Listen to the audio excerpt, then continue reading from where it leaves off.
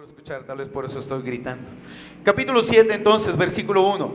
Ya hemos visto, hermanos, todo lo que es los primeros 6 capítulos de Corintios, ya hemos estudiado en varios temas. En este capítulo 7, como yo he mencionado, encontramos el propósito del matrimonio, pero encontramos también el costo del matrimonio. Con las palabras del versículo 1, que ya aparece ahí enfrente, el apóstol comienza a contestar algunas de las preguntas que los corintios tenían y que habían planteado al apóstol Pablo antes, hermanos, de que él escribiera la carta de Primera de los Corintios. Las preguntas que el apóstol tenía eran temas como el matrimonio, justamente, que es el capítulo 7, temas como el divorcio, temas como la soltería, temas como lo sacrificado a los ídolos, pero también temas como los dones. Dudas que la iglesia en Corinto, los hermanos tenían, escribieron al apóstol y después el apóstol escribe la carta primera a los corintios para contestar ciertas dudas que los hermanos tenían. Según el contexto de esta carta, el abuso de la sexualidad constituye una gran parte del pensamiento del autor. Desde el capítulo 5 que ya había enseñado nuestro hermano Ariel en cuanto a este hijo que estaba viviendo con su propia madrastra, que describe el capítulo 5. Capítulo 6, que nos enseñara Rosendo, 6, especialmente el verso 18, hace un llamado a huir de la inmoralidad sexual. Y recordaremos, hermanos, que en la cultura corintia, la iglesia se desarrolló justamente en una cultura que estaba tan inclinada en los asuntos sexuales. La cultura distorsiona la verdad del matrimonio. Y hoy día la cultura, muchas veces, hermanos, es un obstáculo para que se lleve un buen matrimonio de acuerdo a los principios y lineamientos de la Escritura. El libertinaje, hoy día se dice que Querétaro como ciudad tiene en las estadísticas uno de los primeros lugares en mamás solteras, sino que algunos dicen que es el primer lugar, ¿verdad? ¿Por qué?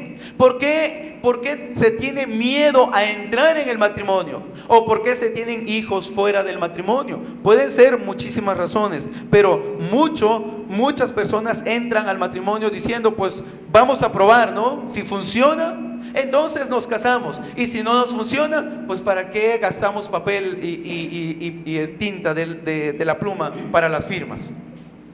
En aquel tiempo en la iglesia corintia, en la ciudad de Corinto, habían también muchos problemas, y entre ellos la cultura, hermanos, del libertinaje.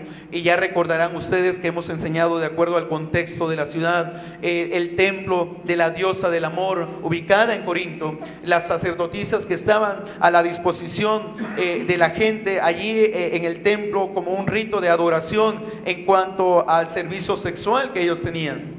Pero también había, hermanos, ahí en la iglesia de Corinto, un grupo que se le conoce como los ascetas. El ascetismo era una corriente filosófica, que lo vamos a describir más adelante, que decía que el cuerpo era malo y el espíritu era bueno, y entonces no querían hacer cosas en lo físico, porque ellos decían contamina el cuerpo. Y por eso vamos a estar viendo en el capítulo 7 algunos pensamientos erróneos en cuanto al matrimonio, pero lo vamos a ir desarrollando mientras estemos entrando en el capítulo.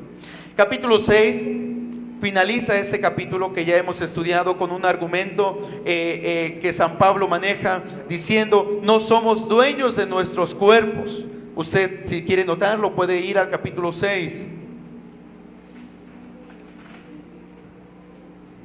Versículo 19. ¿O no sabéis que vuestro cuerpo es templo del Espíritu Santo, que está en vosotros, el cual tenéis de Dios, y que no son de ustedes? Pues por precio habéis sido comprados, por tanto glorificad a Dios en vuestro cuerpo y en vuestro espíritu, los cuales son de Dios. No somos dueños de nuestros propios cuerpos, dice el argumento del capítulo 6 finalizando. Debemos honrar al Señor, porque el Señor es el dueño. Dios, hermanos, no solo es el creador del ser humano, sino que también Dios creó el matrimonio. Dios ideó el matrimonio, fue la idea de Dios el matrimonio. Dios diseñó el matrimonio, por lo tanto, Dios tiene un manual para que el matrimonio funcione de acuerdo a los principios del Señor. No puedes dejar a Dios, el diseñador, fuera de tu matrimonio y esperar que tú tengas éxito en tu matrimonio. Si no tomas en cuenta las señales, los letreros, los muros de contención que Dios pone en la Escritura, vas a estrellarte. Creo que no está funcionando bien. Y muchos, yo creo, ya se han estrellado. Y muchos se están estrellando. La razón es que no toman en cuenta los letreros y los lineamientos que Dios ha puesto en la Escritura. Ahora sí entremos, por favor, versículo 1. Contestando preguntas, hermanos, el apóstol entra en el versículo 1. En cuanto a las cosas de que me escribisteis, bueno es para el hombre no tocar mujer. En cuanto a las cosas de que me escribisteis, bueno es para el hombre no tocar mujer. Estoy en la versión de las Américas. Entonces no tenemos que jugar a las traes. ¿Alguna vez jugaron ustedes a las traes? La traes y te tocan, ¿no? Ese es un juego. Te tocan y ya los niños siempre juegan. Dice aquí, es bueno, dice esta parte, bueno es para el hombre no tocar mujer. ¿Por qué San Pablo escribe esta parte? Bueno es para el hombre no tocar mujer. ¿Qué acaso las mujeres son malas? En mi tierra, mi papá era agricultor y nosotros teníamos que ayudar en el campo con las tareas de machete y limpiar el maíz y lo que cultivaba mi papá. Pero había en el campo una planta que crece en enredaderas y se le conoce como mala mujer. No sé si ustedes lo habrán escuchado. ¿Sí? ¿Han escuchado? Bueno, pues ya. Entonces no solamente es en mi pueblo, también es en el suyo. Si usted se pegaba a la piel o esa planta se le pegaba a la piel, no hombre, realmente está una comezón y pica, duele. San Pablo está diciendo, bueno es para el hombre no tocar mujer. ¿Será porque son malas las doñas? Déjeme explicar, no es esa la idea, y no es la idea de tocar. Estás tocando, eso es malo. No es esa la idea, hermanos. Lo que San Pablo está diciendo, tocar mujer, tiene que ver especialmente en el asunto sexual, tiene que ver más en el aspecto de intimidad. Esa es la idea de tocar mujer. En aquella cultura, en aquella iglesia existían dos extremos que la gente tenía ese pensamiento, dos grupos, dos formas erróneas de pensar. Algunos dividían lo físico y lo espiritual, trataban de separar el cuerpo físico de una persona de lo espiritual de la persona, creyendo que ninguno afectaba al otro. Es decir, lo que hagas en la carne, algunos decían, no afecta el espíritu. Y otros decían, lo que tú haces en la carne va a afectar tu espíritu. El primer grupo, hermanos, se llamaba hedonismo. No sé si ha escuchado de esta corriente filosófica. El hedonismo sostenía que el pecado solo tenía que ver con el cuerpo físico, mi carne, mi cuerpo, y que esos creyentes podían pecar en sus cuerpos y eso no traería ninguna consecuencia para sus vidas espirituales. ¿Cómo ve? Hedonismo. Usted puede hacer todo lo que quiera en su cuerpo físico, finalmente no contamina a su espíritu. Hedonismo. El apóstol corrigió este malentendido ya en el capítulo 6, y Chendo lo mencionó, no sé si ustedes lo recuerdan, capítulo 6, versículo 12, cuando el apóstol tuvo que enseñar que el cuerpo no está diseñado para la inmoralidad sexual. ¿Recuerdan ustedes? Porque el pensamiento en Corinto decía, bueno, tú puedes ir y acostarte con una prostituta, tener relaciones sexuales, pero no afecta a tu espíritu. San Pablo dijo, no es cierto. Si tú te acuestas con alguien y tienes relación sexual con una persona, hay una conexión, se liga. Es falso decir que solamente es emocional, físico el asunto. Hay una unión, hermanos, emocional. Hay una unión entre las personas que tienen una relación íntima, sexual. Hay una unión. Separar, y vamos a ver más adelante los asuntos que suceden cuando esto se separa. Por eso San Pablo dijo, el que se une con una prostituta es un cuerpo con ella. Hay se liga entre ellos. Ese sería el hedonismo. El segundo grupo es el ascetismo. Los ascetas creían que todas las cosas espirituales eran buenas y que las cosas físicas eran malas. Y que para ser sinceramente espirituales, una persona tenía que suprimir sus deseos carnales para entonces llegar a una espiritualidad. ¿Le suena a usted ese pensamiento y esa idea? De ahí, hermanos, es que en los años 1300, por ahí, cuando comienzan los primeros monjes a surgir, fue por la idea justamente del ascetismo. El ascetismo era de maltratar tu cuerpo para sujetarlo, tus pasiones, tus deseos. Tenías que exigir a tu cuerpo para sujetarlo, para que no tuviera esos deseos malos de la carne. Y muchos dijeron, pues nos vamos al campo, nos vamos a vivir solos allá donde no hay nada de cosas de las grandes ciudades, para entonces no tener pasiones pecaminosas. ¿Creen que se logra? Donde quiera que usted vaya, va a tener sus pasiones y su pecado. Entonces esa era una corriente de pensamiento incorrecta. No era, si tú lograbas sujetar tus pasiones, entonces eras más espiritual.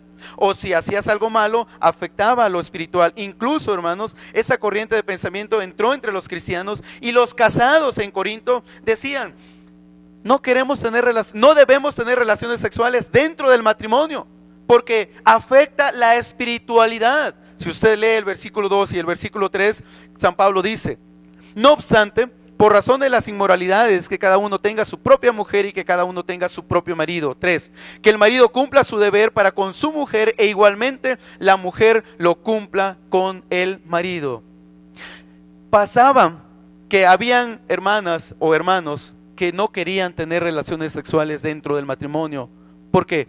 Porque el pensamiento es que afecta mi espiritualidad. Y San Pablo entonces está corrigiendo el asunto. Dice, no, si tú estás casado, lo más normal y correcto es que cumplas con tu esposo y tu esposo cumpla contigo en el asunto sexual, en la intimidad. Y voy a estar hablando mucho de esas cosas. Yo espero, hermanos, que pueda quedar claro esas cosas y que no malinterpretemos lo que estamos escuchando. Muchos de los seguidores del hedonismo, hermanos, apoyaban que el celibato era el único estilo de vida correcto en la iglesia corintia. Era el extremo. Muchos de los paganos metidos en la inmoralidad sexual, y muchos de los cristianos también. Por el otro lado, algunos dijeron, es malo eso, entonces no hay que tener relaciones sexuales, incluso dentro del matrimonio no hay que tenerlas. Por eso, en la actualidad, la iglesia tradicional y muchos de los clérigos en la iglesia tradicional practican el celibato. Es una costumbre para decir que pueden tener una mayor espiritualidad porque no se meten con los asuntos que tienen que ver con la carne, y especialmente en los asuntos sexuales. Como pareciera que se puede lograr sujetar las pasiones carnales con simplemente irse a un lugar o tener una investidura X. No se logra de esa manera. Y tristemente, hermanos, la iglesia tradicional ha dejado mucho que desear en cuanto a sus clérigos. Últimamente andan por ahí en las noticias y desvirtúan en cierta manera, hermanos, el trabajo que se hace en cuanto a la enseñanza bíblica, porque hay algunos que enseñan la Biblia, pero han abusado de los menores. No solamente se da en las iglesias tradicionales católicas, se da en las iglesias cristianas, y eso es triste y no es correcto. Esos son desórdenes, como ya en el capítulo 6 se veían, capítulo 6 sobre todo, muchos desórdenes en el área sexual. El apóstol corrige esta falsa idea y explica que la relación sexual en el matrimonio es buena. La relación sexual fuera del matrimonio es pecado. Y no está bien practicarlo, y no es correcto practicar una relación sexual sin los límites del matrimonio. ¿Y quién lo dice? Ahorita vamos a estar viendo, hermanos, el resto de la escritura. Pablo escogió ser célibe por una decisión personal. El celibato, para algunos, no sé si todos logran entender, es decidir permanecer como soltero. Una persona célibe es alguien que decide no casarse. San Pablo vamos a estar viendo ahorita, pareciera que San Pablo era un soltero. Algunos dicen que era viudo, algunos dicen que era separado de su mujer cuando él conoció a Cristo, la mujer lo deja, pero finalmente cuando escribe la primera carta a los Corintios, San Pablo sí era un hombre que no tenía una mujer a su lado, según lo que estamos viendo. Versículo 2 y 3 que ya hemos leído, dice: hermanos, no obstante, por razón de las inmoralidades, que cada uno tenga su propia mujer y cada uno tenga su propio marido. Pareciera que si leemos de rápido, que el matrimonio solo sirve como un impedimento a la inmoralidad sexual. Pareciera que el matrimonio solamente sirve para tener relaciones sexuales. ¿Es así, casados? ¿Qué piensan? ¿Esa es la idea del autor? Pareciera, hermanos, que sí, cuando leemos el versículo 2, bueno, el 2, que no es ahí el 2, el anterior.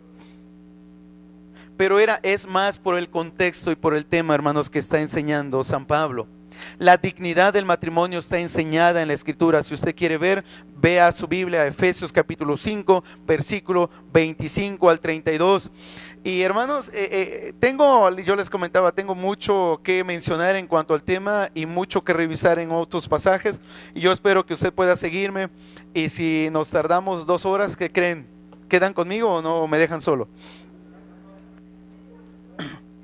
Dígame, si traes torta, entonces sí. Versículo 25, por favor, Efesios 5, 25, dice de esta manera: maridos, amad a vuestras mujeres, así como Cristo amó a la iglesia y se dio a sí mismo por ella, para santificarla, habiéndola purificado por el lavamiento del agua con la palabra, a fin de presentársela a sí mismo una iglesia en toda su gloria, sin que tenga mancha, ni arruga, ni cosas semejantes, sino que fuera santa e inmaculada. Así también deben amar los maridos a sus mujeres como a sus propios cuerpos. El que ama a su mujer a sí mismo se ama, porque nadie aborreció jamás su propio cuerpo, sino que lo sustenta y lo cuida, así como también Cristo a la iglesia. Y hermanos, Corintios está hablando mucho en cuanto al matrimonio, y hay un simbolismo entre la unión de la iglesia y Cristo, entre lo que es el matrimonio, hombre y mujer, y es una descripción tan preciosa. El matrimonio es hermoso. Amén. Pues no creo que muchos están experimentando que su matrimonio sea tan hermoso. El matrimonio es hermoso si se lleva según las normas de Dios. Quizás usted piense, pero es que usted no vive con mi esposa, por eso estás diciendo eso. O quizá usted no conoce a este hombre que tengo a mi lado. Y no lo conozco, y yo no sé cuáles son sus pleitos y cómo pelea usted con su esposa o su esposa con usted. No conozco, pero el matrimonio desde el punto de vista bíblico es hermoso. Y es que dijo el Señor cuando vio a Adán y puso nombre a todos los animales y todo el asunto, y después de decir todo esto es bueno, y luego dijo Dios: no es bueno que el hombre esté. Le voy a hacer ¿qué? Ayuda idónea o ayuda idónea. Muchos tenemos nuestra doña, ¿verdad? ¿O no? Y los que no dicen que no es porque no quieren reconocerlo. Dios dijo: no es bueno que el hombre esté solo. Le voy a hacer una compañera, una ayuda. Desde el punto de vista bíblico, hermanos, el matrimonio es hermoso, es bonito. Pero entonces, ¿por qué hay tantos problemas en los matrimonios hoy día? ¿Cuál es la razón de que existan tantos problemas en los matrimonios? Mucho tiene que ver, hermanos, como mencioné al principio. Entras al matrimonio y ni sabes a lo que estás entrando. Se piensa que para casarse solamente se necesitan 2 cuerpos dispuestos, y entonces ya entran y se casan, y pareciera que todo va a funcionar con amor, ¿no? Como que si comen amor, como que si respiran amor, y todo esto va a funcionar quizás los primeros días.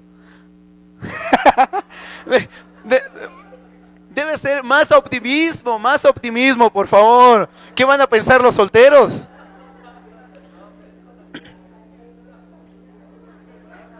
¿Qué tal las diferencias en los matrimonios? Diferencias. ¿Cómo es el hombre cuando anda noviando o quiere conquistar a la mujer? ¿Cómo somos? Encantadores. Más que a serpientes, ¿verdad? Mejor encantador que a serpientes. Uno es romántico. Las serenatas, el trío, el mariachi si es que le gusta. ¿Qué más? Las flores. Oler rico, incluso algunos hasta perfume en la boca para que huelan rico, ¿no? A la hora de hablar y salga las palabras con buen aliento. ¿No masticas chicle o no masticabas chicle antes? ¿Y por qué ahora no lo haces? ¿No? Pues que se aguante el olor a cebolla o a ajo o a lo que sea. Y la muchacha siempre estaba muy al pendiente de lo que decía el muchacho, y el muchacho hablaba y platicaba, y las cartas de amor, y las idas al cine, y los paseos románticos. Se casan. Otra vez, y síguele. Paul, yo creo que hay que hacer consejería en privado, por favor. Después de algunos años, la mujer comienza a extrañar las pláticas del hombre. Y el hombre llega a la casa después de un día agotador y difícil, y la mujer está en la puerta y pregunta: ¿y cómo fue tu día? Bien. ¿Y cómo estuvo el otro? Bien. ¿Y qué pasó en el trabajo con fulanita? ¿Cómo está? ¿Y su salud? Más o menos. Y otra pregunta: ¿y cómo está? Bien. Y la mujer insiste y le pregunta y le pregunta, y el hombre mira a su mujer como: ¿qué no tienes otra cosa que hacer que preguntarme? Pero al principio no era así, ¿no? Al principio era todo muy bonito, muy bueno. Pareciera, hermanos, ya que el hombre está molesto porque la mujer le pregunta.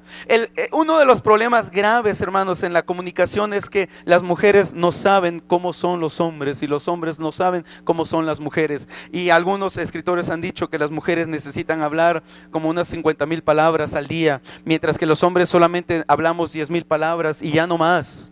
Pero sabe, usted como sale a trabajar fuera como esposo, usted acabó sus 10,000 palabras cuando está usted fuera. Cuando llega a casa, lo que quiere agarrar usted es su control para la TV, lo prende y se perdió. Cuando yo estoy viendo la tele, reconozco que si mi esposa me está hablando, y luego quiere que yo comente algo, pues no sé qué comentar, porque pues ni le escuché lo que me está diciendo. La esposa luego necesita tener un hombre, no callado, pero un hombre que le cuente.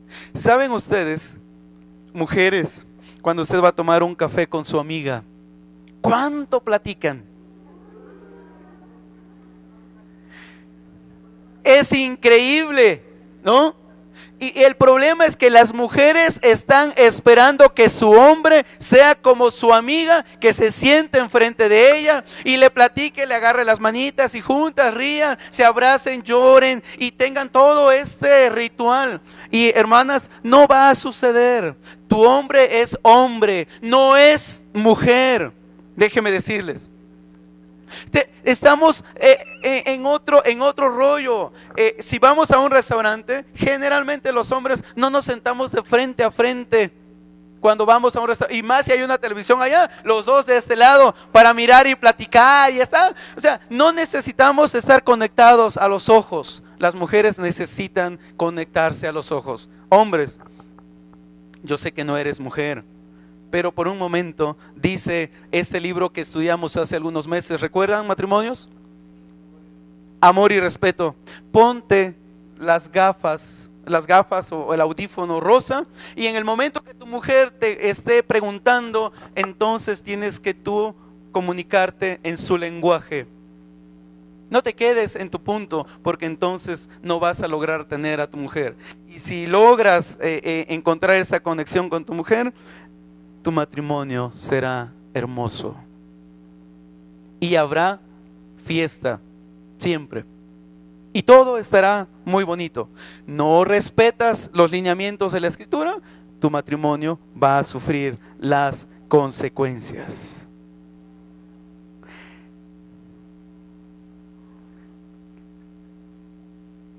Las muchachas se casan pensando que el muchacho es el príncipe azul. Y no es así. Cada uno tenemos nuestras realidades. Hay un buen libro que se llama Ostras y Palancas. Es bastante bueno. Hay otro que se llama el gozo del amor comprometido, de Gary Smalley. Hay muchos libros, hermanos, en cuanto al matrimonio. Si sientes que necesitas ahondar, ya no voy a meterme más con este tema, porque si no, tengo todavía 38 versículos que compartir con ustedes. Entonces, pero los últimos son muy rápidos, no se preocupe. El matrimonio implica reciprocidad y obligación compartida. Al casarse, usted ya no es dueño de usted mismo. Tu cuerpo ya no es tuyo. Tu cuerpo es de tu cónyuge. O sea, mi cuerpo es de mi esposa. Qué buen cuerpo tiene mi esposa, ¿verdad? O sea, aquí, ¿no? Y el de ella es mío. Y es lo mismo en tu vida matrimonial. O sea, ya no eres dueño tú de lo tuyo. Ya somos dueños el uno del otro. Es lo que dice la Escritura. Por lo tanto, hermanos, debemos voluntariamente sujetarnos al control de nuestra pareja en la intimidad. Y Efesios dice sujetándonos unos a otros. Esta verdad es cierta tanto para el varón como para la mujer. La sumisión es una entrega continua. Cumplir con el deber conyugal, como estamos viendo en el versículo número 3. No es una opción en la vida, hermanos, de una mujer casada o de un hombre casado. Que el marido cumpla, pero también que la mujer cumpla con el marido. No hay pretextos de me duele la cabeza, o estoy muy cansada, o qué flojera, o ay, no, yo podría decir muchas cosas, hermanos, aquí, pero hay solteros y muy, muy inocentes, entonces tendríamos que respetar esta parte, ¿no? Por el otro lado, hay hermanas que preguntan, pero ¿debo cumplir en la intimidad sexual con mi esposo si él me ofende, me critica, no me escucha, no me toma en cuenta, no me conquista, no me halaga, no está para mí? Y yo voy a tener una respuesta casi completa de las mujeres. Mujer, ¿cómo te sientes cuando tu esposo quiere tener intimidad contigo después de un día de tantas desastres y pleitos y gritarte o enojarse o no estar para ti o no escucharte o no hacer todas esas cosas bonitas? ¿Quieres luego mostrarle cariño en la noche a tu marido? Yo sé que ya no quieren descubrirse, pero no. Una mujer no está dispuesta, hermanos, a entregar cariño al hombre cuando éste no está haciendo su parte y no está amando a su mujer como a sí mismo, dice la Escritura. Como Cristo ama a la iglesia, si un hombre amara a su esposa como Cristo ama a la iglesia, ninguna mujer se resistiría a ese tipo de amor. El problema, hermanos, es que los maridos no estamos amando como Cristo amó a su iglesia. Versículo 4. La mujer no tiene autoridad sobre su propio cuerpo, sino que el marido, y asimismo el marido no tiene autoridad sobre su propio cuerpo, sino que ¿quién tiene autoridad en tu cuerpo? La mujer. Casados, sus cuerpos no les pertenecen, ya hemos dicho, les pertenece a sus cónyuges. Dios dijo, y los dos serán una sola carne, son uno. Versículo 5, hermanos. No os privéis el uno al otro, excepto de común acuerdo y por cierto tiempo, para dedicaros a la oración. Volved después a juntaros, a fin de que Satanás no os tiente por causa de vuestra falta de dominio propio. Decíamos que uno de los problemas era el ascetismo. El ascetismo decía que no debías tener estos placeres físicos, porque entonces contaminabas tu espíritu. Y entonces muchos dijeron, pues no hay que tener relaciones sexuales en los matrimonios, porque hay contaminación. Y San Pablo tiene que enseñar y dice, no os privéis. Es decir, no dejen de tener relaciones sexuales entre ustedes, porque al final dice el pasaje, hermanos, a menos. El problema es porque Satanás puede tentarnos. Ayer daba yo un estudio y hacía yo este ejemplo. Cuando usted va al súper a hacer compras y su esposo va con usted y van antes de la comida y los hijos van con usted y van antes de la comida con hambre, ¿cómo sale el carrito después? ¿Por qué? Porque todo se les antoja cuando tienen hambre, ¿o no? La comparación lo hice igual. Cuando en el matrimonio no hay esta intimidad en el área sexual y en las áreas de tu vida, y tú tienes apetito sexual, sales a la calle y encuentras muchos problemas en este tipo de áreas, especialmente para los hombres.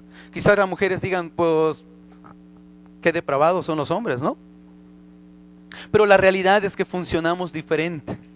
Los hombres funcionamos diferente y por eso es importante, hermanas, jovencitas, hay que cuidar la forma como vistes, la forma como tienes tu ropa, la forma como te conduces. Hay muchas cosas, hermanos, que podríamos meternos y les digo que necesitamos 2 horas para hablar mucho de esas cosas. Pero ojo, ten cuidado qué aspecto muestras hacia los demás. Y no es necesariamente que como se ha ofendido, y yo digo ofendido a los varones porque piensan que los hombres solamente tenemos aquí en la frente la palabra de 4 letritas, ¿no? Ya, gracias, algunos lo adivinaron. No es así, no es así, pero el problema tiene que ver, hermanos, cuando especialmente estoy hablando del matrimonio, no hay una buena intimidad. No hay una buena comunicación y no hay un buen matrimonio. Y si no hay un buen matrimonio, hermanos, en el asunto íntimo, no habrá un buen cristiano en su relación con Dios, porque afecta esta parte. Cualquier insistencia unilateral de abstinencia sexual de parte de uno de los cónyuges es, hermanos, incorrecto desde el punto de vista divino. Solo hay 3 excepciones para no tener relaciones sexuales dentro del matrimonio: consentimiento mutuo, es decir, quizás por enfermedad, quizás por un malestar, por tiempo limitado, por un tiempo, y segundo, que tenga un propósito espiritual. Pero, ¿qué dice la recomendación del apóstol al final del versículo 5? Volveros a juntar para que Satanás no los tiente. ¿Y por qué Satanás nos tienta? ¿Qué dice abajito? ¿Por falta de qué? Por falta de que tú y yo, como hombre, no podemos dominarnos. Uno de los problemas, una de las inseguridades de la esposa para desconfiar del marido cuando ésta no está teniendo relaciones sexuales con él y que él pueda ser infiel, mucho, hermanos, tiene que ver desde el principio en su noviazgo. Por eso es tan importantísimo. El noviazgo no es para probar el asunto sexual. El tiempo del noviazgo es para conocerse, es para poder conocer a la persona, a la muchacha, al muchacho, hablar, dialogar, saber qué le gusta. O sea, mucho que se puede hacer en el asunto del noviazgo. Pero no es, hermanos, para caer en los asuntos sexuales. Para eso tiene que ver la entrada en el matrimonio. No puedes estar bien en esta área con dominio propio. La recomendación que San Pablo da más adelantito es: cásate.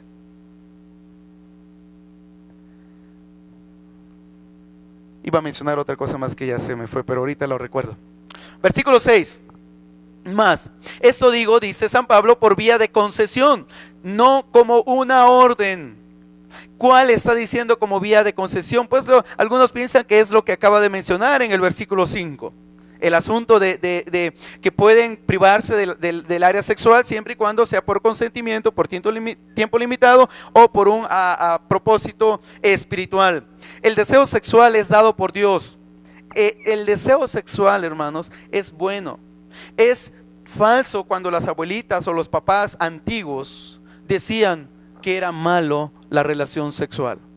Una relación sexual es buena y es hermosa desde el punto de vista divino, y Dios se lo entrega al hombre y a la mujer como un regalo especial para este. Fuera del matrimonio es un pecado. Fuera del matrimonio no es correcto. Fuera del matrimonio no es lícito, no es correcto, y es importante enseñar a los jóvenes, aun cuando la cultura afuera, hermanos, puede decir, pero todos lo hacen. O sea, van a la escuela y ahorita desde la primaria les enseñan no sé cómo le llaman, ética sexual, o cómo le llaman en la escuela, sexualidad, y les tienen que enseñar a los niños pequeños. Y por eso, hermanos, algunos papás no están mandando a los hijos a la escuela del gobierno, ¿no? Y gracias a Dios por aquellos que pueden hacer escuela en casa, es bueno y puedes cuidar esa área. Pero los que no, no es un asunto de que todos tienen que hacer escuela en casa, pero es bueno cuidar y enseñar a los hijos en cuanto a los asuntos, hermanos, que tienen que ver en el área sexual. Si tú no le enseñas a tu hijo, lo va a aprender afuera. Y si lo aprende afuera, lo va a aprender mal. Y si tú le enseñas en casa, el problema es que los papás no queremos tocar esos temas. Ay, ¿cómo voy a hablar con mi hijo yo de esos asuntos, no? Pues tienes que hablarle, porque si no, al ratito la hija sale con panza y el hijo ya resulta que es papá a una edad muy corta, y entonces vienen tantos problemas, hermanos, ahí. Versículos 6 al 9 voy a estar leyendo. 7. Sin embargo, yo desearía que todos los hombres fueran como yo, dice San Pablo. No obstante, cada cual ha recibido de Dios su propio don, uno de una manera y otro de otra. A los solteros y a las viudas digo que es bueno para ellos que se queden como yo. ¿Cómo era San Pablo entonces?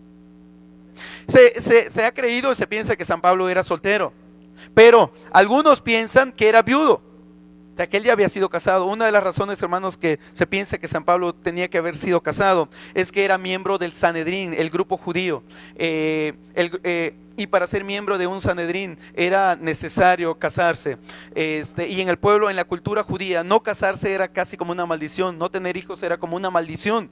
Casarse era lo normal y era, desde el punto de vista de las escrituras antiguas, era lo correcto. Y ayer yo estaba platicando con un señor que conocí en el club, y yo le pregunté ¿cuántos hijos tiene? Y me dijo, tengo 8, somos 10 en la casa. Dice, yo no estoy de acuerdo con esas parejas que dicen que hay que tener un hijo o 2. Y yo no le dije cuántos tengo para que no me regañara, porque si no. Y estaba platicando con él y me dice, 8 hijos. Dice, debemos tener los que Dios nos mande. Yo dije, pues está bueno, ¿no? Pero ya como Querétaro está en las condiciones en las que estamos, ¿hasta dónde vamos a ir a hacer casas, no? Estamos creciendo mucho. Y no es, hermanos, los que Dios te mande, y ahí hablaríamos de otros temas, pero no es mi tema ahorita, ¿no? Pero Dios sí dio el matrimonio y dio los hijos, y las escrituras dicen que los hijos son como saetas en manos del valiente. Quien tiene hijos es una gran bendición, porque los hijos son bendición. Que a veces uno les quisiera torcer el pescuezo, eso es que ni qué, ¿no? O sea, hay ocasiones que los quisieras cocinar, darles una vueltecita, dijera aquel hermano. ¿Sí recuerdan? Una vueltecita, dice, pero de pescuezo. Sí, ya lo recordaron. Bueno, decíamos que San Pablo entonces pudo haber sido casado.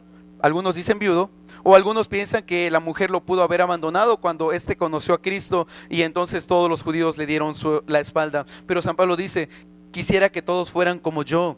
No significa que practicaran el celibato, sino más bien significa que tuvieran dominio propio, porque San Pablo dice que él tenía el don de continencia, es decir, el dominio propio para resistir a una tentación sexual, y en cuanto en Corinto, especialmente la fornicación.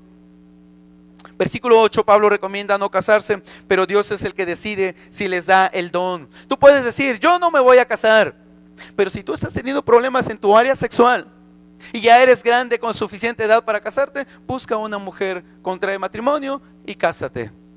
Pero si tú dices, no tengo problemas y yo creo que no es mi pie donde el más corto, pues entonces puedes quedarte así, dice San Pablo, versículo 9.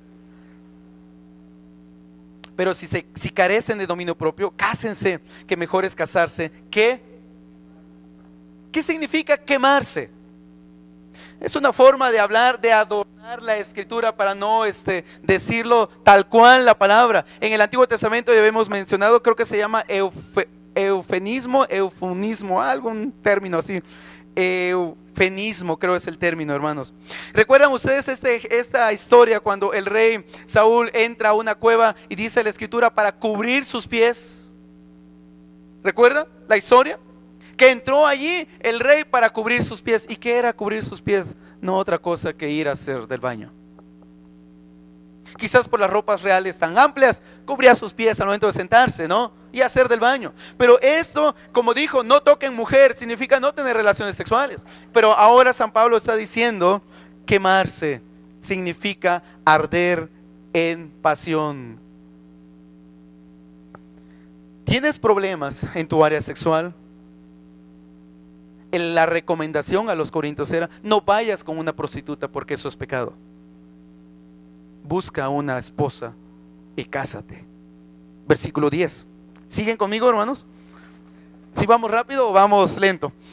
A los casados instruyo yo, dice San Pablo, a los casados instruyo, no yo, sino el Señor, que la mujer no debe dejar al marido. Es que, hermanos, en la iglesia en Corinto, otra vez, habían problemas y la cultura entraba en la iglesia y las señoras estaban abandonando al marido con muchos pretextos, y San Pablo tiene que decir, a los casados instruyo, no yo, sino este es un mandamiento divino, que la mujer no debe dejar al marido. Pero si lo deja, ¿qué dice el versículo 11? Quédese sin casar, o de lo contrario, que se reconcilie con su marido, y que el marido, dice, no abandone a la mujer.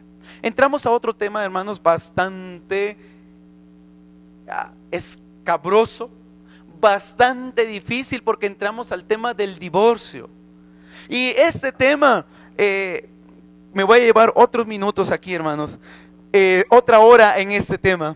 La vida matrimonial está llena de muchas cosas, entre ellas de muchos problemas. Y no son problemas tan suaves como el tradicional de apretar la pasta dental por el centro y tu esposa quiere que le aprietes desde el principio, que la vayas recorriendo poco a poquito, ¿no? Gracias a Dios de veras por las empresas que ahora ya hacen tubos de plástico, ya no hacen tubos de aluminio, ¿o de qué eran? De aquellos que aplastabas y ya no lograbas componer el tubo. O problemas como dejar la toalla mojada encima de la cama. ¿Cuántos acostumbran a hacerlo? Aquello como los varones no levantan la tapa, pero ¿qué les cuesta levantar la tapa para hacer pipí dentro del inodoro? Pueden regar por todas partes, como mi hijo en las noches cuando se levanta. Con ganas de decirle, hijo, haz sentadito, ¿no? Por favor. Por eso yo creo que tuvimos la idea de poner 2 baños en la casa, uno para los hijos y otro para nosotros, para no tener problemas ahí. Pero ¿cómo eran los niños? ¿Cómo son los niños cuando van a hacer pipí de pequeños? Yo espero que de pequeños, de grandes hay que enseñarles, papá. Si vas a casarte, muchacho, ve aprendiendo estas reglas, porque la señora no va a querer sentarse en la tapa que está sucia. O aquel simple problema de que ya se acabó el rollito y ahí sigue estando el cartoncito y no puedes quitarlo y poner uno nuevo. Y la esposa se enoja y pelea porque va y no hay rollo. O está el rollo a un ladito, pero el rollito del papel allí no está. Quizás esos sean problemas muy leves. ¿Cuáles son tus problemas matrimoniales? ¿Qué problemas estás enfrentando tú en tu relación de matrimonio? ¿Ya estás accidentado? ¿Te estás dando de topes? Antes de la boda pasamos unas cuantas horas recibiendo consejería prematrimonial y después nos pasamos toda la vida luchando por solucionar los conflictos que van surgiendo en el matrimonio. Pero no te asustes, tu matrimonio no tiene que ser así. Regreso otra vez y enseño, el matrimonio es hermoso, y si no, lee el libro de los Cantares. Y vas a darte cuenta que el matrimonio es hermoso y es bello, y la mujer describe a su hombre y el hombre anhela a su mujer. Y hermanos, la Biblia nos describe el amor físico como algo hermoso y puro. Efesios igual describe, que ya hemos leído. Si estuvieras comiendo la comida que más te gusta, o encuentras que te invitan a comer y el platillo es riquísimo, ¿Lo dejarías a la mitad? Te lo acabarías, ¿no? Y incluso si es posible hasta el plato para terminar con todo. ¿Por qué entonces, si el matrimonio desde el punto de vista bíblico es hermoso, entonces por qué muchos lo estamos dejando a la mitad para generalizar? Porque muchos se están quedando a la mitad, porque muchos no están experimentando esta parte de lo hermoso que Dios describe el matrimonio. Porque vives de una forma miserable en tu relación matrimonial, sexual, íntima con tu esposo o tu esposa. ¿Y sabes por qué? Porque no estás cumpliendo con los señalamientos y viendo las advertencias que Dios hace en la Escritura. Hay mucha gente que se está divorciando. Y el divorcio, hermanos, no es solamente entre los no creyentes. Los divorcios están entrando en las iglesias cristianas. El apóstol está diciendo que la mujer no se aparte de su marido. Se prohíbe la separación tanto del hombre como de la mujer. Leyendo el Nuevo Testamento, usted se va a dar cuenta que en los evangelios una persona se acercó al Señor Jesucristo para tentarle. Y viene con una pregunta y le dijo: Señor, ¿es lícito dar carta de divorcio a mi mujer? ¿Es lícito repudiar a la mujer? ¿Recuerdan ustedes? ¿Han leído esa parte? Esta parte, hermanos, de la historia, si están tomando nota, está en Marcos capítulo 10, 2 al 12, no lo vamos a ver. Mateo 19, 1 al 12, sí lo vamos a ver, por favor. Y está también en Lucas 16, 18. Jesús tuvo que enseñar en cuanto al tema del divorcio. Mateo 19, 1 al 12. Si no logro desarrollar los últimos versículos de este capítulo, hermanos, me interesa mucho más desarrollar esta parte, este bloque de versículos. Mateo 19, 1 al 12. Y dice: y aconteció que cuando Jesús terminó esas palabras, partió de Galilea y se fue a la región de Judea, al otro lado del Jordán. Seguimos. Y le siguieron grandes multitudes y los sanó allí. Y se acercaron algunos fariseos para probarle, diciendo: ¿es lícito a un hombre divorciarse de su mujer por cualquier motivo? Si quieres puedes hacer que aparezca la mayor parte de los versículos. ¿Por qué, hermanos, la pregunta de estas gentes con Jesús fue de esta manera? ¿Es lícito al hombre repudiar a su mujer por cualquier motivo? ¿Por qué preguntan esto?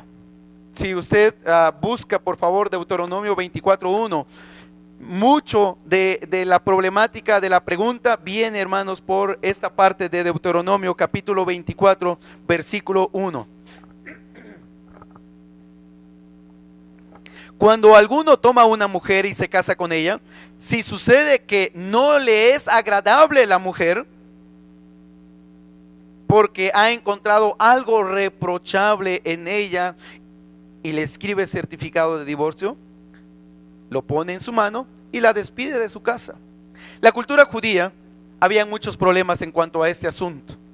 Ya usted recordará, en la cultura judía un hombre podía tener 1 o 2 o 3 mujeres, dependiendo de las que él quisiera. Incorrecto, no era bueno desde el punto de vista divino. Pero se basaban, hermanos, aquellas gentes del Antiguo Testamento en esta parte donde dice que el hombre podía darle, si la mujer no era agradable o encontrase algún reproche en ella. El problema para divorciarse, se interpretó en el pueblo de Israel, era: ¿qué significa que encontrara algo de reproche en ella? Habían 2 escuelas de interpretación. La primera escuela de interpretación era una escuela que se llamaba Shammai. Era estricta y decía que el único fundamento para el divorcio era que hubiese inmoralidad sexual, es decir, un adulterio en los cónyuges. Muy estrictos. La segunda escuela, Hillel, era un poco más abierta.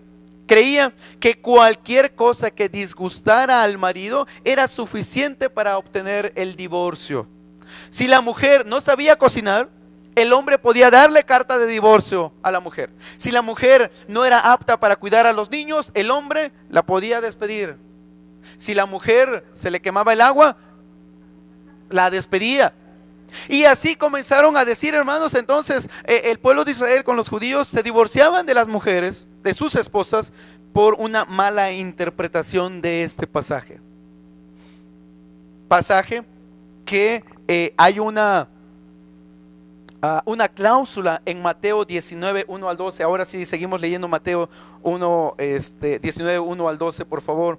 Y nos quedamos en el versículo 4. Y respondiendo Jesús dijo: ¿no habéis leído que aquel que los creó desde el principio los hizo varón y hembra? Cuando le preguntaron a Jesús, ¿es lícito dar carta de divorcio? Jesús no se metió en problemas, hermanos, de hablar de la controversia de las escuelas de Shammai, Hillel, o que hablara de una interpretación de acuerdo a la Biblia. Jesús fue directamente a las escrituras antiguas.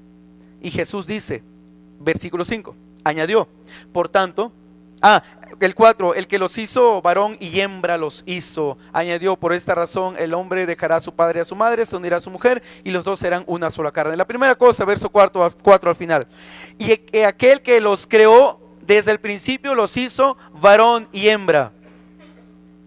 ¿Cuántas Evas creó Dios de repuesto para Adán? ¿Cuántas?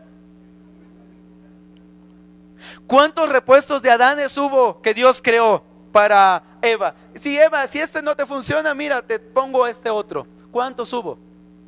El que al principio los hizo, dice, varón y hembra, los creó. Pero Dios no le creó a Adán 3 o 4 Evas para ver cuál de ellas sería la buena. Esa es la primera cosa, hermanos. Dios hizo un hombre y una mujer, nada más. Creó el matrimonio entre un hombre y una mujer. Si hoy día hay matrimonios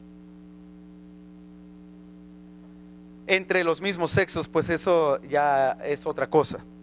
No es bíblico. Versículo 2. Dios ordenó el matrimonio como la relación más sólida, incluso mejor que la relación de los padres. Perdón por herir los sentimientos de los papás, pero la relación de matrimonio es mucho mejor que la relación de papá e hijos, aunque la mamá no quiera soltar a sus hijos. Pero en el momento que éste se casa, debe salir fuera de la casa y tiene una relación con su mujer. Los dos serán, una sola carne. El matrimonio es un pacto, el matrimonio es un pacto, no un contrato. ¿Se entiende? ¿Qué es un contrato? Tiene cláusulas, puedes romperlo, o sea, hay maneras de cómo se puede romper. El matrimonio es un pacto con Dios que no puede romperse. Si hoy día le agregan un contrato de bienes, o yo no sé cómo le llaman, ¿no? Para cuando se divorcien, pues eso ya es otra cosa. No es algo, hermanos, que debería ser. Jesús dijo, no es correcto. Versículo 7. Ellos le dijeron, entonces, ¿por qué mandó Moisés darle carta de divorcio y repudiarla? Le echaron la culpa a Moisés. Él les dijo, por la dureza de vuestro corazón Moisés os permitió. Moisés no autorizó que así fuese el divorcio. Moisés solo lo permitió en la ley. Dice, divorciarse de vuestras mujeres, pero no ha sido así desde el principio. El divorcio no funcionó desde el principio. Se dio el tema del divorcio por el pecado mismo del hombre. 9. Y yo os digo que cualquiera que se divorcie de su mujer, salvo por infidelidad y se casa con otra, comete adulterio. El divorcio no es correcto, pero pareciera que en esa cláusula Jesús está diciendo, puedes desligarte de tu esposo o de tu esposa siempre y cuando éste sea un adúltero. Los discípulos le dijeron, si así es la relación, es decir, que no se puede divorciar con el hombre y la mujer, pues no conviene casarse. No, dijeron, pues así, Señor, pues entonces ¿quién se puede casar? ¿Y qué tal si no funciona? ¿Qué vamos a hacer? Jóvenes, escuchen muy bien. No, Moisés no ordenó el divorcio. Matrimonios, solo lo permitió. El ideal de Dios no era el divorcio. La cláusula de Mateo, hermanos, salvo por causa de fornicación, ¿será que solo concede el divorcio al cónyuge? ¿O da permiso para que el cónyuge pueda casarse otra vez? Fíjese, ese es un tema que no me bastaría toda la tarde para que nosotros hablásemos. Es decir, ¿es correcto que un matrimonio cristiano se divorcie si hay infidelidad en ellos, en uno de los cónyuges? De acuerdo a la Biblia, podrían decir sí, porque da permiso para hacerlo. Pero si usted lee su Biblia, capítulo 18, antes del 19 de Mateo, habla del tema del perdón. ¿Por qué será que está el perdón antes del tema de este tema del capítulo 19? ¿Cuántas veces debo perdonar a mi hermano que peque contra mí? ¿Qué dijo Jesús? ¿Y cuánto es el total? 490 veces. ¿Puedo perdonar a mi esposo que es ojo alegre? ¿Puedo perdonar a mi esposa si ella anda coqueteando con alguien o incluso tuvo una aventura extramarital? Ese es otro tema aparte para otro día. Lo ideal bíblico, hermanos, es que debe haber perdón entre la relación matrimonial, pero sin duda que una falla de infidelidad sexual en el matrimonio destruiría mucho, mucho. Y sería un asunto muy difícil. Lo ideal es que hubiera un perdón, que el Señor les ayudara y volviesen otra vez a reconciliarse y a tener un matrimonio. Muchos hermanos, de muchos pastores, las grandes fallas de los pastores no es el dinero incluso. No es quedarnos con las ofrendas y los diezmos, porque gracias a Dios ni me hago cargo de eso. Mucho de la falla de grandes hombres han sido las faldas. Han sido mucho en esta área y en este tema. Pero también para los cristianos. Pero Jesús enseñó, no es correcto el divorcio. Pero si se divorcian, ¿pueden casarse otra vez por separado esas personas? ¿Qué dice la Biblia?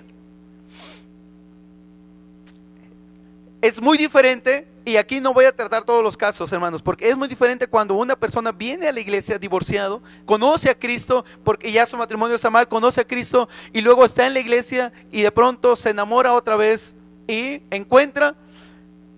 Hablaríamos de temas muy específicos y yo no veo problema ahí que la persona, el hermano o la hermana se vuelva a casar. Pero cuando son cristianos y conocen a Cristo como Salvador ambos y se divorcian, lo más recomendable es que se queden como están. ¿Quieres divorciarte? No lo dice la Biblia, pero te vas a divorciar, tienes que saber que no puedes volver a casarte de acuerdo a lo bíblico, y segundo, puedes reconciliarte con tu esposo o con tu esposa.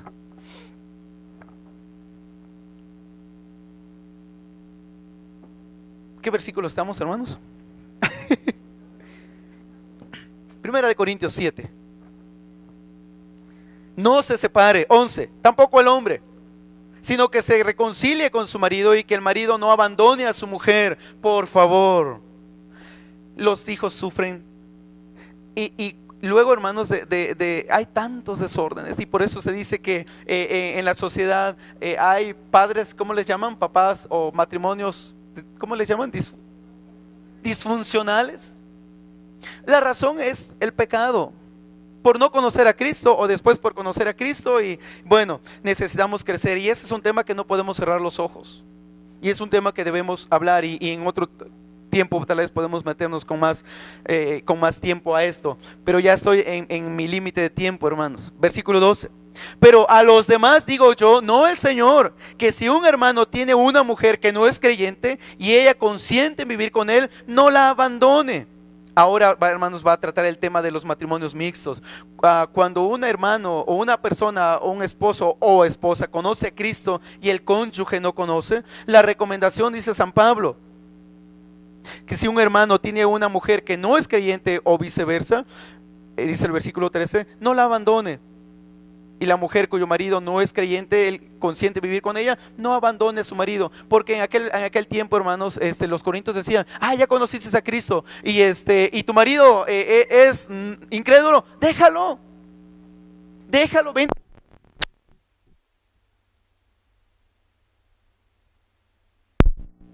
Dios en su corazón.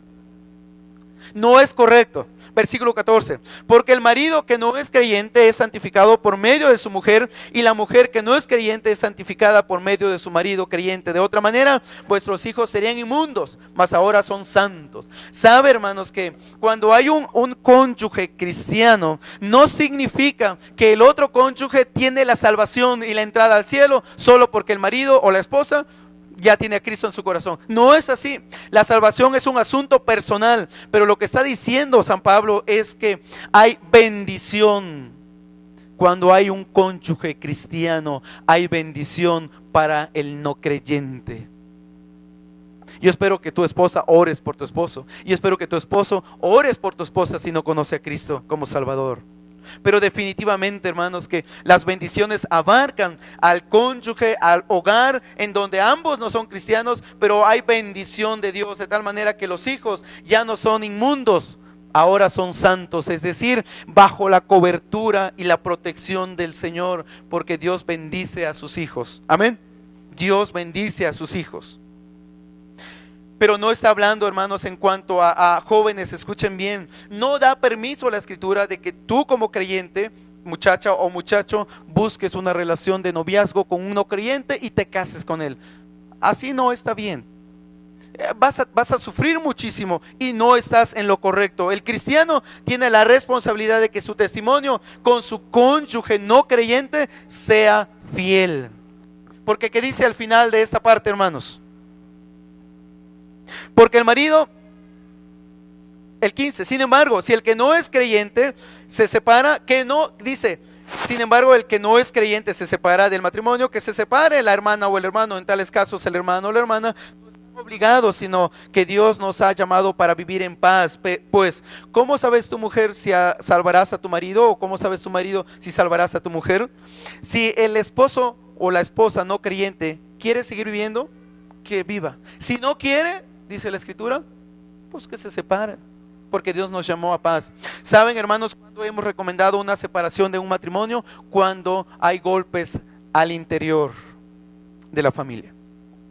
Como pastor siempre he dicho, si el esposo pega, tienes libertad, esposa, de ir ante las autoridades, poner una demanda, una querella e iniciar una protección para ti y para tus hijos. Si en la casa, esposo, te pegan a ti, también sería la misma recomendación, y espero que no, o sí, pero si hay hombres maltratados, ¿no?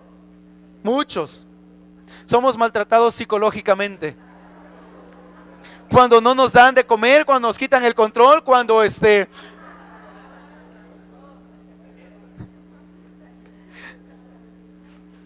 hay que vivir, dice, en la relación matrimonial, porque con tu testimonio puedes hacer que tu esposo crea o tu esposa crea. Pero también con tu testimonio puedes hacer que él se aleje de la fe. Lo último, hermanos, desde el versículo 17 hasta el versículo 40, no voy a meterme a hablar mucho de esto, pero solamente quiero mencionarles los ejemplos de un hogar bendecido cuando uno de ellos es creyente. ¿Recuerda usted cuando Jacob fue a trabajar para Labán? ¿Cuánto bendijo Dios a Labán por el trabajo de Jacob con las ovejas? ¿Recuerda la historia, el libro de Génesis? Si no, hay que leerla. La historia de Potifar, cuando dice que José estaba allí y Dios bendijo la casa de Potifar por causa de José. Cuando hay un creyente en un negocio, en un hogar, en un lugar, Dios bendice ese hogar y esa familia.